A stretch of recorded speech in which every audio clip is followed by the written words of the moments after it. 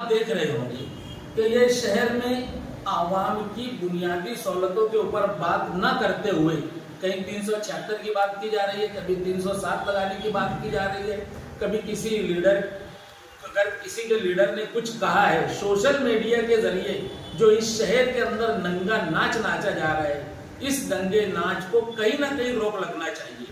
और मैं ये समझता हूँ कि इसके अंदर पुलिस को आगे आना चाहिए। Social democratic party of India पुरजोर अंदाज में प्रेस कॉन्फ्रेंस लेने का मकसद ये है कि आप देख रहे हैं कि शहर में जिस तरीके का सियासी माहौल या सियासी गुंडागर्दी चल रही है, इस गुंडागर्दी के खात्मे के खिलाफ एसडीपीआई एक अमन का पैगाम इस शहर की आवाम को देना चाहती है। शहर की आवाम पानी को तरस रही है। कारपोरेशन की तरफ से नलों में पानी नहीं आ रहा, इस शहर के अंदर तरीके से चलने के लिए रास्ते नहीं है। गढ़ों से आदमी कितनी तकलीफों से अपना सफर तय कर रहा है, ये इस शहर की आवाम जानती है। कचरों का अंबार है, शहर के अंदर बीमारियां उरूज पर है, दवाखाने फुल है, कारपोरेशन के दवाखानों में सही ढंग से दवा मुहैया नहीं हो रही है। और इस शहर के लीडरान जो अपने आप को बताते हैं कि हमारा इस शहर के ऊपर कब्जा है और ये शहर की आवाम हमारी आवाम है, इनकी तकलीफों को दूर करने के पास इनके पास कोई मुद्दा नहीं है। इसलिए आप देख रहे होंगे कि ये शहर में आवाम की बुनियादी सहूलतों के ऊपर बात न करते हुए कहीं 376 की बात की जा रही है, कभी 307 लगाने की बात की जा रही है। सोशल मीडिया के जरिए जो इस शहर के अंदर नंगा नाच नाचा जा रहा है, इस दंगे नाच को कहीं ना कहीं रोक लगना चाहिए।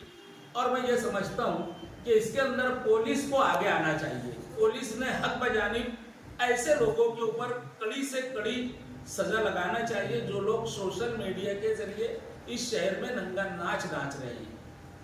जो समाजवादी का और कांग्रेस का जो झगड़ा है, ये भी सोशल मीडिया के जरिए हुआ और एहतजाज करना चाहिए।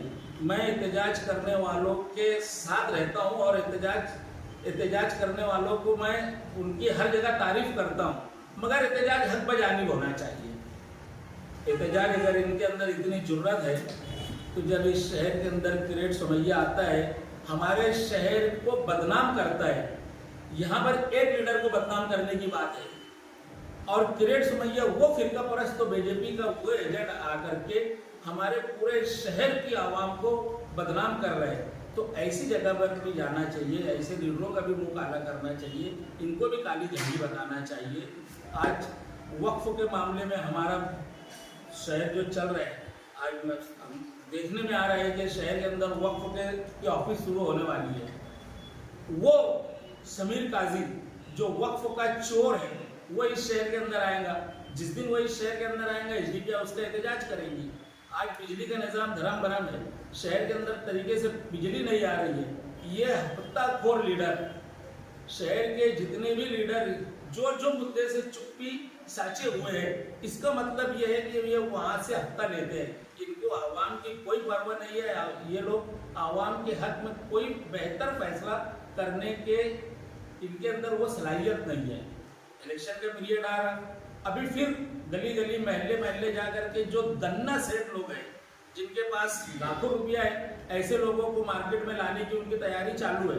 और आप देखेंगे कि 1 2 दिन 4 दिन के अंदर बड़े बड़े सेठों, बड़े बड़े उम्मीदवारों, पैसे वाले उम्मीदवारों की ख्वाहिशमंद करके उनके चर्चे आवाम के बीच लाएंगे और दावत चाय पानी के नाम पर, खाने के नाम पर शहर की आवाम को अपने तरफ राखी लेकर फिरका परस्त, शिवसेना फिरका परस्त, आरएसएस फिरका परस्त से अगर इनको इतनी नफरत है तो इन्होंने आज से आवाम के बीच में जाना और ऐलान करना कि जितनी भी सीटें हमको मिलेंगी, हम वो सीटों के ऊपर अगर हम सत्ता में आ सकते हैं तो आएंगे, नहीं तो अपोजिशन में बैठेंगे, मगर शिवसेना बीजेपी फिरका परस्त ताकतों से हम गठजोड़ नहीं करेंगे।